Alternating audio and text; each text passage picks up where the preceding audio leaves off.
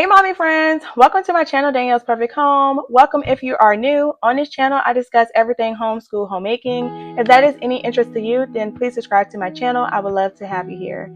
Hey mommy friends, to those who are already subscribed. Hi new mommy friends who have subscribed to the channel recently. Thank you so much for subscribing to my channel. I am so happy that my channel is honestly growing, and it just fills my heart, that there are other moms out there just like me, and to build a community of us. This video is going to be a chit chat video on self-care, so get your drink. Today I am drinking water, and this video I want it as if we are sitting in front of each other or beside each other in a coffee shop or anywhere like that that's kind of intimate for us.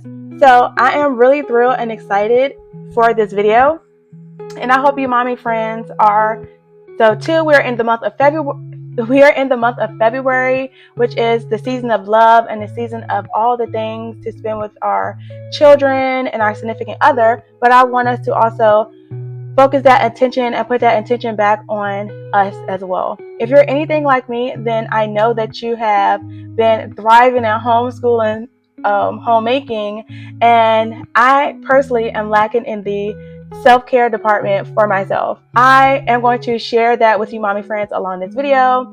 So today I want to share some simple, heartfelt self-care tips that you can weave into your weekly routine without guilt, without stress, and without adding another overwhelming to-do list to your list. So let's dive in. Please forgive me, mommy friends, for looking down. I do have notes down here that I am referring to, so I hope that's not annoying. And if you like any of these tips in this video and a tip that may have stuck out to you, let me know in the comments below. It can help somebody else as well. So alright, let's get right into this video. So number one, I would say is start your morning with you. I know mornings are busy, but before the homeschool books open and the kitchen fills with little voices, carve out just 5 to 10 minutes for yourself, whether it's prayer, journaling, reading a devotional, stretching, or sipping your coffee in silence. This is the time to set the tone for the day. So this is very important to me, and I just started implementing this, and it's honestly my Bible time. I have Bible time in my bed for a couple 5 minutes. Like when I open my eyes, the first thing I'm doing is praying to God and really setting that intention for today. I'm really asking Him for guidance and strength for my day, honestly. And even just the strength to get out of bed, And then I also have time where I'm showing gratitude. So this is something that I do every single day because it does not take a long time for me to do. And it's just something that I can do before I do anything else for today. Number two, get outside, even if it's just 5 minutes. When was the last time you stepped outside alone just to breathe? The fresh air, the sunshine, it does something for your soul. Even if it's a short walk around the yard, sitting on the porch with your coffee, or stepping outside to pray. Make it a habit to get a little bit of nature into your day. Your mind and heart will thank you. This is so true. Being that it's been so cold outside, we're in the winter months, and I have been lacking with getting outside lately. And when I am outside, I remember we went outside this week and we were just walking around the track, and I was outside. It was just, and the sun was beaming on me, and I just felt so at calm and at ease, and nothing really even mattered anymore because I was out of the house. I didn't have to see the things that needed to get done. That was my mind didn't have anxiety and like all the things just roaming of what I had to do. I just got outside and just enjoyed nature and just enjoyed the air, honestly, in a different environment. Number three, give yourself permission to rest. Homeschooling is a full-time job, and guess what? You are allowed to rest. Sometimes that looks like a 20-minute nap. Sometimes it's a quiet afternoon with an audiobook instead of another homeschool activity. And sometimes it means saying today we're doing a light day of school because mama needs a breather. And this is so essential and so necessary when you continue to be in the rhythm and flow of your homeschooling journey and of your homeschooling routine.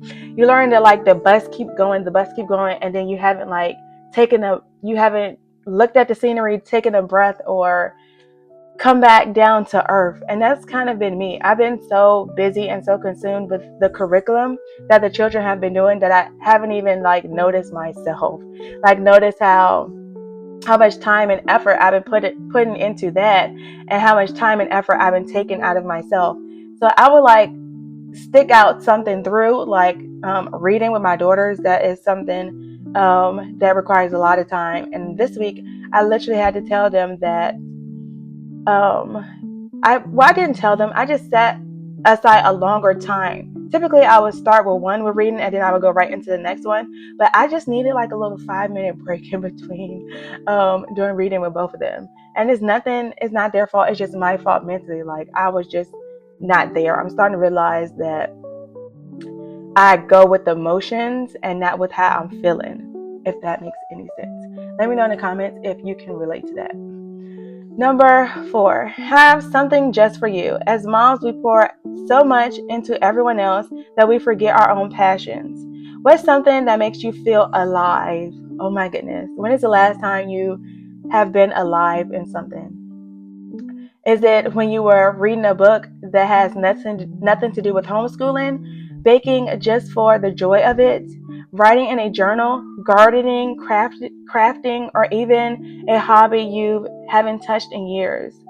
Find one small thing that's just for you and give yourself permission to enjoy it guilt-free. Oh my goodness. I am the type of mommy friend who loves to do stuff. Like my last passion that I had was pickleball, and I picked it up last fall, and I had to drop it because it's cold outside, and the one I was going to was outside. But I never did take the time to find an indoor pickleball facility or anything like that. I just dropped it, and I never did pick back up having something for me to do, and I just got lost in homeschooling and homemaking. So this tip is my tip that I am going to actually refer it to myself, and actually be more intentional in this month. 5, nourish your body without the mom guilt. How many times have you made a beautiful meal for your kids and then just snacked on leftovers, or eating standing up between lessons? Mama, you deserve real nourishment. 2, make it a point to sit down, eat something nutritious, and hydrate your body. You won't expect your kids to thrive on scraps and sips of iced coffee. So why do we do that to ourselves? This is so important to me. And I do have to say that I have been trying to do all the things, as in batch cooking, freezer meals, setting up the freezer, making sure there's things that easy to go and grab in the fridge, making sure that we have all breakfast, making sure the pantry is stocked, and making sure that we have a hot dinner every day. And trying to make it more convenient, healthier convenience. Even though what I fix isn't the healthiest, but it is the season of life that I am now, and it's all that I could do in the season of life that I am in now. And sometimes even that, when I make stuff, I don't even want it myself, because as a homeschooling mom, you're making breakfast, lunch, and dinner and snacks every day, 7 days out the week, for your family and for your children. And it gets so draining and so taunting. And definitely when you have picky eaters, they're just like, or when they don't want this, they don't want to eat that. And it's learning to pivot and to be okay with it and to set ease is where I'm kind of struggling with in my journey right now. I'm not even going to lie, but I am making a plan to do better in this area and in this category when it comes to my self-care and the things that I'm putting inside my mouth and the things that the children are putting in their mouths. I'm being more intentional in the year 2025, and a more detailed video of that coming soon to the channel. Number 6, connect with other moms who get it. Homeschooling can feel lonely sometimes. Even if you love it, there is something about having a community of moms who understand the daily struggles and victories. And this is absolutely true. This is one of the reasons why I created this channel, was to motivate and inspire other moms out there that are like me. and to let them know that that you're not alone, and I feel it, you feel it, and let's connect with one another and do all the things that we can do as moms in this season of our lives. Because one thing that I'm noticing and that I am grateful for is this season to be at home with my children, this season to even teach my children and to love upon my children. I just know that they will get older and I'm not going to have that. I'll just have the memories, and I will remember being in that season, and I can actually talk about it with other moms who are doing the same thing and in the same season and the same experience that I'm having. So yeah, that's something that is really near and dear to my heart.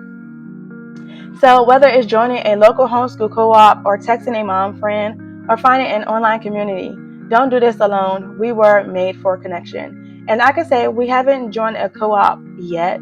Maybe we will join one next year. I'm not sure yet. I will let your mommy friends know if anything changes. And I do text my mommy friends. I have 3 mommy friends that I text on a regular basis, and it is so nice. And we're all in different areas and stages of like our motherhood and in motherhood, and it's just so sweet and it's just so adorable of our own journey, of all of our journeys, and the things that we can take away from each other. It's just so inspirational, so motivational. Number 7, speak kindly to yourself. And this is so a tip that I need to also work on. As you can tell, I need to work on all of these tips in all of these areas.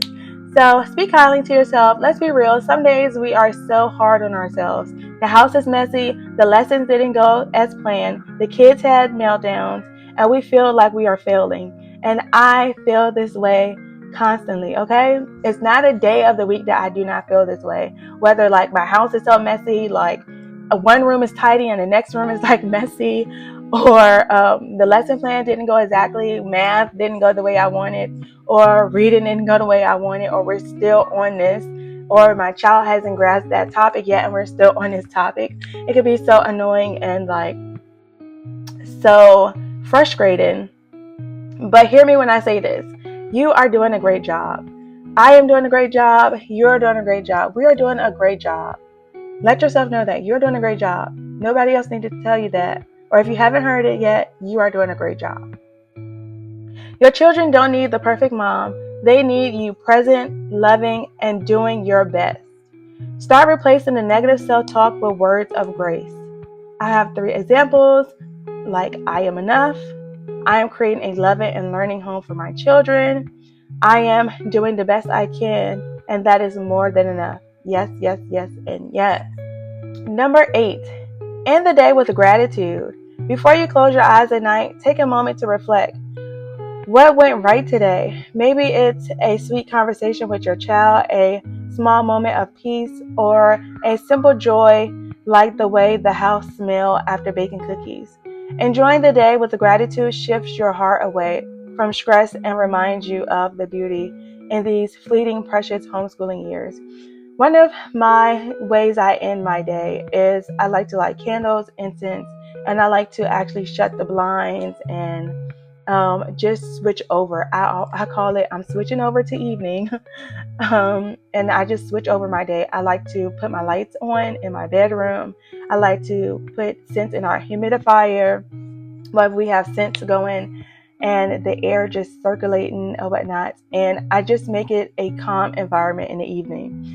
In the mornings, we have like all the windows open where it's like natural sunlight coming in, and the back window open, and it's just like natural sunlight, God's light.